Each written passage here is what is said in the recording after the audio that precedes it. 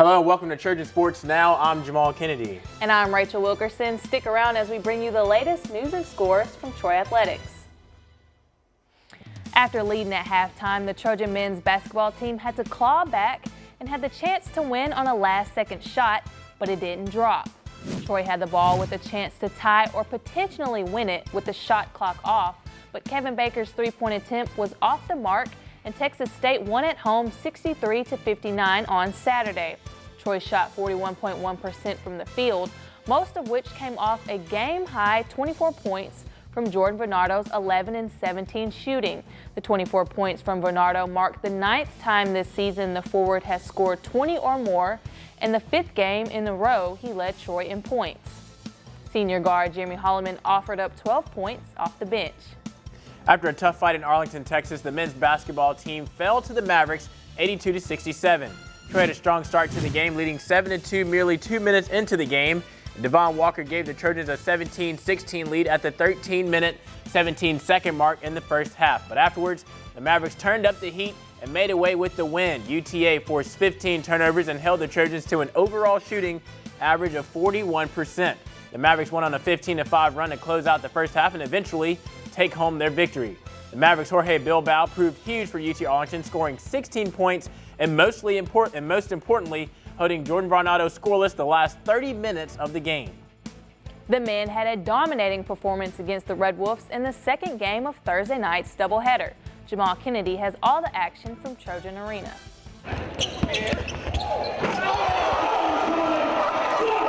That slam by Jordan Bernardo summed up the night for the Trojans as they were on their way to an 81-72 win over Arkansas State Thursday night.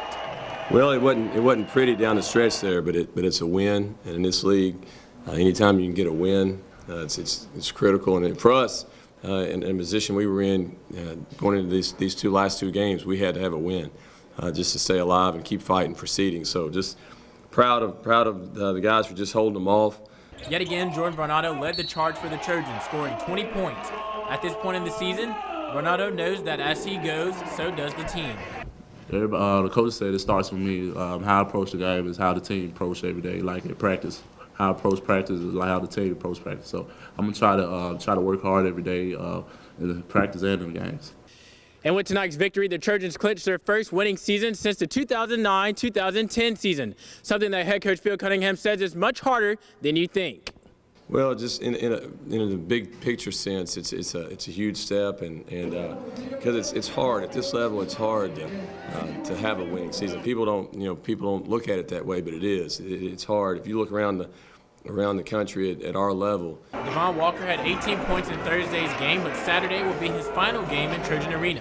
And he's maybe planning something special in front of someone special. I have no idea, man. I know what I have to do. And I know that we have to win this game, but like I said, there's a lot going on. My grandmother's coming to my first game, her first and my only game, so that's going to be great. And I don't know, man. I'm just trying not to be too excited and probably steal the jump ball or something. I don't know. Who knows? Jahmal Kennedy, Trojan Sports Now. Once again, Jeremy Holloman provided a steady bench presence, scoring 15 points. A weekend that began with the women's basketball team in a tie for second place in the Sun Belt Conference standings ends with the Trojans in a tie for third place after a Saturday afternoon loss to Texas State. 74-72, the final score in Strahan Coliseum. Turnovers, as they have been all season, were an issue for the Trojans. The Bobcats forced 20 turnovers in the first half and 27 for the game. However, despite all the negatives, the Trojans were still in it in the final seconds of the game. A pair of missed free throws by the Bobcats with 4 seconds left allowed the Trojans one last opportunity for either the tie or the win. However, Troy was unable to get off a shot as the buzzer sounded. 3 Trojans scored in double digits, led by Caitlin Ramirez's 19 points and 12 rebounds. Another double-double. Despite the loss, the Trojans shot 90% from the free throw line. They made 20 of 22 free throws. After a 2-loss trip to Texas last weekend, the Trojan women's basketball team redeemed themselves Thursday night against the Red Wolves of Arkansas State. Sarah Drake has the highlights. Definitely good to get this win in Trojan Arena tonight against a great conference team. The Trojans improved their conference record to 12-5 after a 90-77 win over Arkansas State Thursday night. Coach Rigby says that she saw a lot of smiles on the faces of her team. The team just looked to be having a lot of fun together for the first time in a while. And what we said in the locker room is our first priority is we want to win the Sun Belt Conference Championship in the tournament. But our next priority is we want them to have fun, because it's fun to be a Trojan, and we want them to have fun and play basketball, and that's what we want it to be like from here on out. And the only way to do that is to do what we're supposed to do: rebound, take care of the ball, play Troy basketball. Some of those smiles come from the fact that the players love playing for Coach Rigby. A lot. Like, she keep us motivated. She said, you can go to the goal, north or south, go every time. That's what she tell me every day. If I ain't got nothing, pull it back out, set the offense up. Our goal is to shoot 100 shots every game. That's what we strive for. So Coach Rigby is a good head coach. She pushes you every day, make sure we achieve that goal. Coach Rigby praised freshman Kayla Robinson for coming off the bench early and providing a spark that the Trojans needed while scoring a career-high 23 points. We're so proud of the effort we had from freshman Michaela Robinson as our high scorer at 23 points, and shot a great percentage and just really did some great things for us. And it's the right time of year to get that spark. She hasn't been completely healthy before. We could see this week she took a big step forward, and she really took a huge step forward tonight, coming off the bench with 23 points. Sarah Drake, Trojan Sports Now. Although she didn't start, Caitlin Ramirez still finished with a double-double, scoring 13 points and bringing down 12 rebounds. Trojan baseball head coach Mark Smart picked up his 200th career win as a head coach as Troy clinched the weekend series against New Orleans last Sunday. Troy scored in the top of the 10th to win 4-3 at Maestri Field, and then the top of the 10th, Matt Sanders led off with a single and scored after a Brandon Lockridge double and Joey Dennison single brought him home. University of New Orleans led to the bases in the bottom of the frame, but Corey Gill picked up his first save of the season behind a 2-out strikeout. And speaking of striking, the Trojans struck early on with a 2-run homer off the bat of Sanders in the first inning, who picked up another RBI on a sacrifice fly in the 5th. Sanders, Lockridge, Stephen Whitaker, and Chase Smart all had multi-hit performances for the Trojans, who pounded out 12 total hits in the contest. Troy heads to Regents Field, or they headed to Regents Field on Wednesday to face off against UAB. And first pitch was set for 4 p.m. Pitcher Austin Crooks returned to the mound for the Trojan baseball team and helped lead Troy to a win against in-state rival Tuesday night in Birmingham.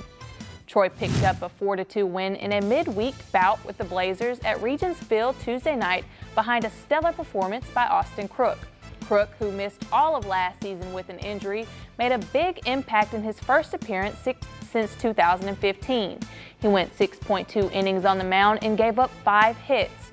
Troy scored 3 of their 4 runs off a 3-run blast from Trevor Davis. Chase Smart and Mason Rogers led the Trojans with 2 base hits each, while Brandon Lockridge extended his hitting streak to 8 games. The Trojans will face Seton Hall, South Alabama, and Southeastern Louisiana at the Cox Diamond Invitational in Pensacola, Florida.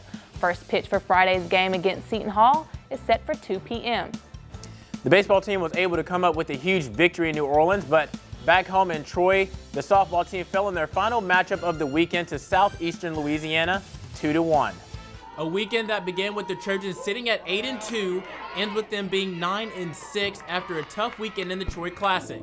Head coach Beth Mullins says her team just didn't put it all together. Yeah, it was a rough weekend. I mean, I'm not going to lie, we found a lot of ways to lose, and this team has done a great way of finding ways to win, but we just did not make adjustments. We found a lot of different ways to lose. I mean, some days we didn't pitch well, some days we didn't play defense, and then the next game we wouldn't have offense. If there was one positive to pull away from Sunday's game, it was the performance of 2 sophomore pitchers for the Trojans.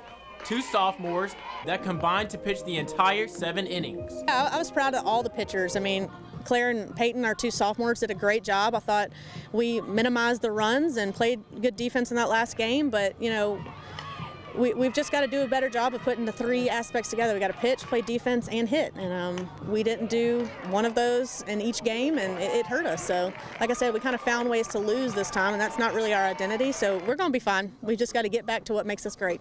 In the final inning with 2 outs, the Trojans had runners on first and second. Katie Webb lined one to left field, and third base coach Taylor Smart held the runner. Madeline Porter followed Webb's single with the fly out to left to end the game.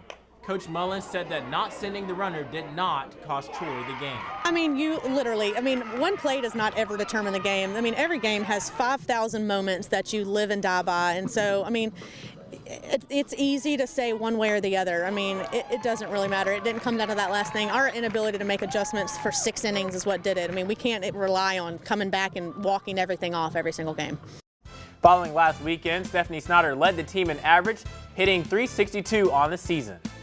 And the Trojans softball team split its midweek doubleheader against the Florida A&M Rattlers on Tuesday. The Trojans came out strong and defeated the Rattlers 4-0 in Game 1. All 4 runs came early on, and how early? How about the first inning? The Trojans opened the scoring after a walk and an error. Madeline Porter then crushed a 2 RBI double to give the Trojans a 3-run lead. And then Kaylee Hussey singled home the 4th run of Game 1. But a back-and-forth rally fell in favor to the Rattlers in Game 2 as they defeated Troy 6-5. 5 lead changes highlighted the back half of the doubleheader, where they were unable to score in the first game, and a 2-run homer rattled off the bat of Florida A&M as they took a 2-0 lead early on. The Trojans took the lead off 2 singles in the 3rd inning, but the Rattlers answered with 2 more runs. In the bottom of the 5th, the Rattlers took the final lead of the game when Tally Snyder singled home 2 runs. Once again, the Trojans couldn't get it done in their final at-bat with a runner on 3rd. Troy moves to 10-7 on the season after Tuesday's loss. Still to come on Trojan Sports Now, we'll have a preview of the Trojan women's basketball team's senior night matchup against Arkansas Little Rock. But first, I sit down with women's basketball star senior forward Caitlin Ramirez. Stick around for more Trojan Sports Now.